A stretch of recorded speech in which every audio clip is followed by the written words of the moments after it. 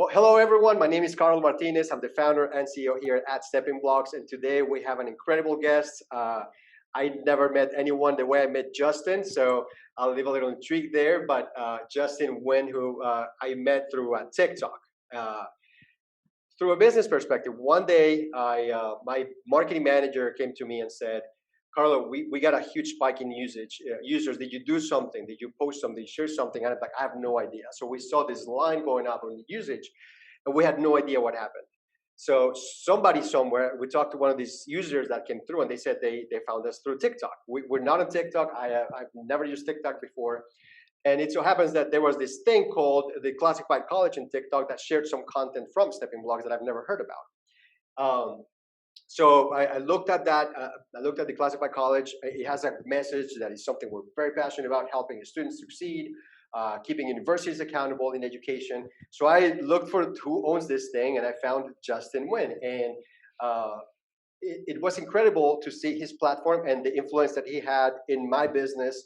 And this week, he reached like 3.67 million likes in his post, and is getting a higher growth, growing as an influencer in LinkedIn and TikTok. So I think it's worth sharing your story, Justin. Thank you so much for being here, and I appreciate number one, under the circumstances how we met, how we now developing this relationship. Yeah, 100%. It's been a wild ride ever since we started posting on TikTok. We have been debating it for probably 6 to 12 months now, and we just kind of ripped the band-aid off and like let's get into it. And we started, I want to say, about 3 weeks of recording this ago, and now we're up to 60,000 followers. We've never seen this type of growth before. We didn't think that this could be done on TikTok because most people think of TikTok as like this dancing platform, not Right. necessarily like an educational platform. But what ended up happening is like there's a lot of interested high schoolers out there that really want to understand college. So one thing led to another. Now we're here, and I'm glad that TikTok is building business relationships. Again, I would have never thought that that'd be a thing either. Yeah, no, that's awesome. So one of the things I think is important. I'd like for you to share a little bit your story, because I know you went to UCF, graduated, did well in your grades. There's still a struggle there at the beginning. You can say where you started and how did you end up like doing podcasting, getting on TikTok, and becoming an influence in social media. Yeah, so my career journey is just it's all over the place. When my freshman year, when I went into college, I was an athletic training major, and the whole reason for that was I wanted to combine my love for playing soccer growing up with my parents' passion of them wanting me to become a doctor. And I was like, okay, I think I can do it. Let's do it. We get into school, the bios and the chems, they just weren't gelling with me. There was just too much time. But my roommate was a business major, and we both played this video game called FIFA. And on this video game, there's like a stock market aspect to it, and you can buy and sell players for like you buy low and you sell high, very similar to the stock market. I traded to 1 million coins in like 3 months, and my roommate was like, "Dude, you can do this in real life, and let's become really rich." And that's what got me into finance and into the world of business, and led me into entrepreneurship. But how I got into content creation was really just it started off as a joke. My friends used to always joke around with me because I'm Asian, and they're like, "Oh, you're just getting good grades because you're Asian, or you're getting in these internships because you're Asian." Right? It's not a bad stereotype, you know what I mean? But I was like, okay, let me show you like what I'm actually doing. So I would put on my Snapchat story and my Instagram story, like, "Hey, this is how I'm studying. This is how I'm getting these internships. I'm working till midnight, but I'm still studying for an hour or two. Here are my tips." And that started to gain a little bit of momentum. And one of my best friends from back home, Gary, and my girlfriend Michelle, were like, "Hey, let's turn this into something serious." So that's when Get Your Grind Up kind of really got started.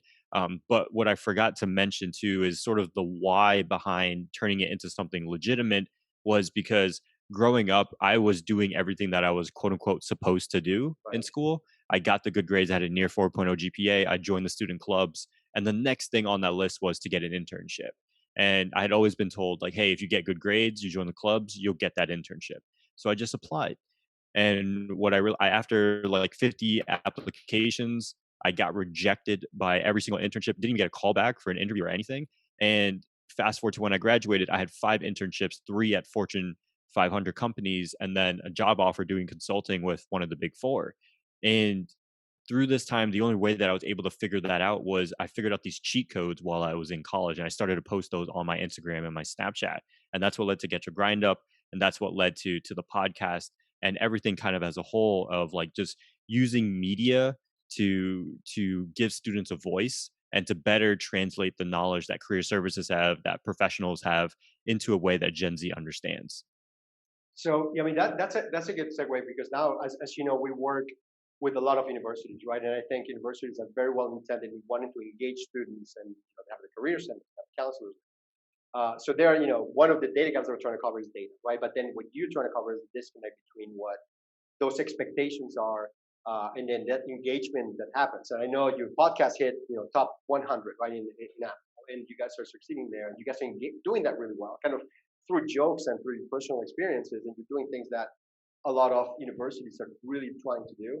So, what kind of content led to that engagement of the students, right? Like the legitimacy. What was it that you think led to other students relating to with the kind of stories that you're sharing? How did that all come about? I think I think the one of the biggest reasons that we've succeeded is we found a way to tell an interesting story even though it's been told 100 or a million times before, right? Everyone knows that to get a job, you probably have to apply, that you probably have to make a resume, and talk to any college student, they probably know that's what they have to do. But the disconnect there comes with the communication side, and I think that's where schools really lack is they have the knowledge and the people that are working in these career service centers, their heart is in the right place. They want to help students, but their way of communicating it isn't in a way that Gen Z resonates with. Mhm. We've grown up with YouTubers, vloggers, Instagram, all these different sort of things. So if something is boring for even a split second, we're like, okay, we're just gonna click to the next video because we're used to that. Right. Whereas the older generations, they're like, oh, we're used to just having a lecture and you have to sit through that whole lecture no matter what. And I've always argued that higher ed institutions, their competition isn't necessarily the Yales, the Harvards, MITs of the world. Their competition is actually David Dobrik, Mr. Beast, um, all of the Charlie D'Amelio, all these new influencers that are popping up. And that's because when it comes to teaching someone anything, it's an attention game. Before in college, whether you're sitting in a career service office or whether you're sitting in your professor's lecture, you couldn't leave. But since now, especially because of COVID, you're sitting at your room on a laptop or on even on your phone, and you being able to switch to YouTube, switch to Instagram, switch to TikTok. It's so easy and it's so accessible that if your professor is boring for 5 seconds, you're like, okay, I'm just gonna go to YouTube. I'll keep them on my screen, but I'm watching YouTube videos on the side anyway. And I think we've been able to really excel at keeping students' attentions by using stories and using the same tactics that these YouTubers have used in their own podcasts and their own vlogs and stuff in our own content to keep these students' attentions. It was surprising to me when I looked at, because I actually went back to the TikTok that you shared, right? And I saw the level of engagements where you said, because it was about the cost of education, like how, the cost of education, if I graduate from the school, uh, how much is this going to cost me? What's my break even? And then just, you kind of tease them. And I think you did UCF versus, I can't remember, NYU or something, right? Mhm. And, and then the comments that these college students, this young people were talking about was, can you do this school, can you do this school? And so I don't think I shared this with you, but I actually I scraped all those messages, and I made a word cloud that showed like all the schools, and there, I mean, it was hundreds of schools that were shown, and that means all these kids care about this stuff right now, and they care about it, and I see which universities they care about. And but I did not find content in TikTok where universities were speaking to them, right? And but people like you are talking to them, right? And when I share this story, I was able to connect with other influencers like you that are in the message, and they also have these audiences, right? So there's a massive disconnect. What do you think, or what would you recommend if you were, if I'm like, hey, Justin, I need help with my career center. What do you think, or just any university outside of career centers, what do you think they could do in a short-term basis to try to engage these students better? What are some actual things you think that they could actually do? I think the number one thing is you just have to listen to your students, right? When you put out a workshop and you have an email list of 10,000, 20,000, 50,000 students and only 15 people show up to that workshop, there's some disconnect there and you have to figure that out. You shouldn't be looking at it like, oh my God, 15 people showed up to my webinar or my workshop. You should be looking at it in terms of like, oh my God, why did only 15 people out of 20,000 people who saw this email show up? Right. There's a disconnect there. And I think the biggest problem when it comes to career services is they're not marketers, and it's not really their job to be marketers. But we always tell this to students, and I don't understand why we don't share this later on in the workforce, where we always tell students you have to be selling yourself. You're a marketer no matter what. You need to sell yourself on your resume to get that job. If you're a career service person or even a professor, you're a marketer too. If you can't make the information that you are sharing to someone entertaining, they're going to find either someone else to give it to them that is more entertaining, that can retain their attention, or they're just going to click off and go to somewhere else because you're not keeping their attention. And in this internet world that we live in, there's so many distractions. And as a career service person, you have to fight against those distractions to get your relevant knowledge to them.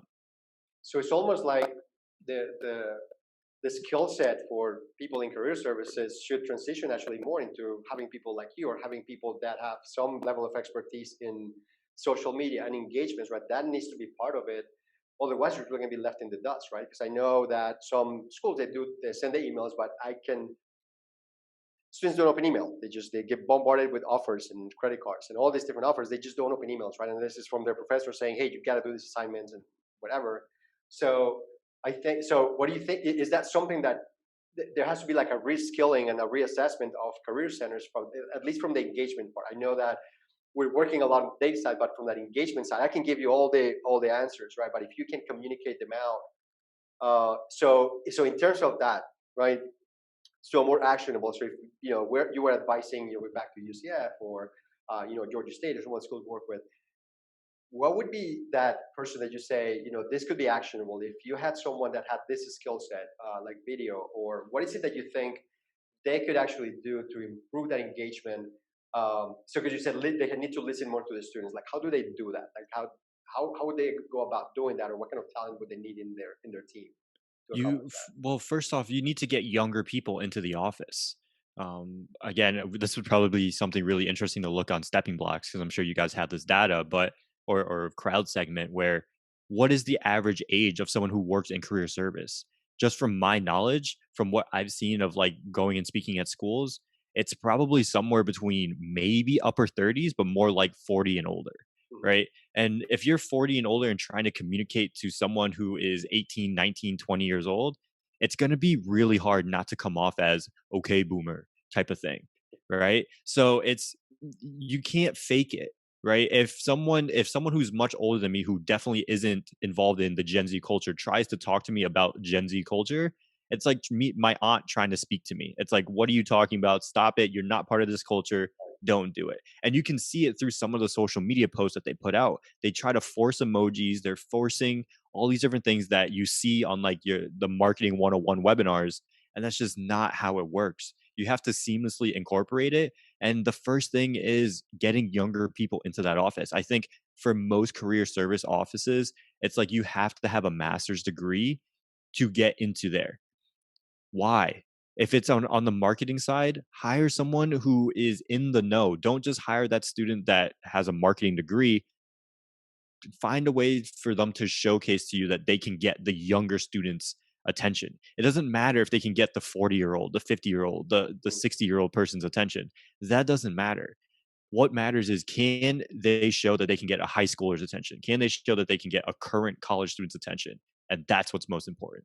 Gotcha. Yeah, I mean it's funny because a lot of the things that we're learning, even at Stepping Blocks, and our company's a mix of I right now I've always been the youngest person in my professional career. Now I'm the oldest person in my company, and I'm sitting there looking at YouTube videos from these teenagers and these super young people showing me how to use software and how to build videos. Like the other day, I saw the video that you published, right? And I'm like, I don't know how to do that. And even how do you use this app and this app to put together this soundbite and that little thing that rolls and shows numbers, but that's truly engaging. And that's really, it was all literally, there's a lot of free content. They share this stuff for free. They get followed, but yet that skill set is not there in there. So I think that's a good message. I think that's something that universities should definitely listen to, and that's something actually that we at Stepping Blocks are going to promote, because I think that huge disconnect is what's going to help. That's what's going to differentiate the students that actually succeed in terms of helping the majority of the students are not having the career center be as just something that someone visits whenever they have to, whenever they're desperate to find a job. So, all right. So now let me actually kind of uh, take this a little bit more towards the business side of things into uh, companies like me, right? So I've been doing this for 5 years. We work with universities, we start crowd segment, we're working with a lot of people in HR, analytics, and all those things. But at the same time, like I mentioned, I'm learning a lot of things through this YouTube videos and this, young people learning things and sharing on how they do things. And the goal is for me to, have a great platform. I need to get it to massive audience. I need to do something like what you did, reach out to you, and we're working through that. But how can companies like mine? What advice would you give to businesses in terms of software or what to learn and how if this startup wants to become an influencer or join influencer, what do you think is the best way to go around doing something like what you've accomplished? Well, I think when it comes to, I'll just focus on social media because that's sort of where I deal with a lot of my work, whether it's LinkedIn or TikTok. I think what it comes down to is understanding that there really isn't that much risk with actually putting out content. I think a lot of companies, especially in the higher ed space, they worry too much about the content that they put out, and that ends up holding them back from ever really producing anything out there. Mm-hmm. What you don't see on my page is throughout these videos there were a bunch of mess ups in between that didn't get nearly as many views as the ones that you see on our page, right? And those happen in between all of these big hits, but we just put it out there to test and see. There's some videos, like if you look at the very beginning of our TikTok, it's like me and my girlfriend trying to do skits and stuff like that, and like trying to play on the I TikTok saw trends. them. Right? So like we saw that those worked a little bit, but they weren't really engaging, right? They got views and likes, but they weren't engaging. So we're like, okay, how can we twist that? And then we started to post, like I used to just talk into the camera, and like those did decent but not great either. And then we saw this one kid that he was doing these videos that were like zooming in and talking about like college administration stuff. We're like, what if we took that concept and applied it to the cost of college or some of these cheat codes that we've shared? And what we've seen is that's really blown up on our page. And that's when we really started to see that skyrocket of growth in terms of views as well as followers. So I think when it comes to big corporations and social media, there isn't that big of a risk of putting something out there, because if it does bad, nobody sees it, especially on TikTok. If you have a bad TikTok, it'll get like 3 views at the beginning. Mhm. But if you have something really good, you could get a million, 2 million, 3 million views on your TikTok. And I think for me, the upside of that is just too high to outweigh when it comes to not producing anything at all. Yeah. No, that's a great point. And actually, from our conversation, our team is eager to meet you because you've actually changed some of the way we think about this too, right? I know we've been very focused on kind of in a startup, but in a corporate way too. Our content has been very structured, and now we're creating more content just kind of based on your recommendations and what we're doing. We're going to be doing more value add, taking some more risks. We have a lot of data on some things that can be controversial, right? The world doesn't always need to see the super beautiful things on how things are just great, but you can see the contrast on how things could get better. So I think that's great advice. So Justin, thank you so much, man, for joining me today. I think that is super valuable advice. I mean, it really hits on everything that we care about, which is the student, the educators, and those that provide the jobs. The work for those people in HR. So those companies, I think that's all encompassing. So thank you for sharing that. We'll be sharing content like this. I want to engage more, and when I saw you, when I saw your post, your first post, you were trying to get 10,000 followers. When we met, you had like 40. Now you're at 60. When I saw your TikTok the other day, it had like 1.2, and now it's like the 3.7 million. So you're growing significantly. I'm so proud of the stuff that you've done. I want to write with you, and we'll continue to share content as we go along, right? As we learn new things, we'll keep doing that. So Justin, thank you so much. Any final words for the audience? No, thank you for having me on. I mean, I would say the only piece of advice is something that I live by, of we overestimate what we can accomplish in 1 year and we underestimate what we can do in 10.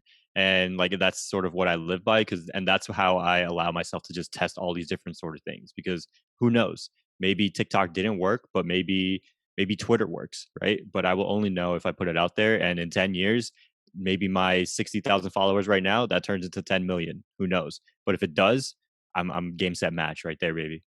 Just do it, right? Just to sit there and do it. Stop thinking too much about it. All right, man. Have an awesome day. Have an awesome week, and we'll keep talking and we'll keep sharing content with you guys. Take care. Definitely, thank you so All right. much.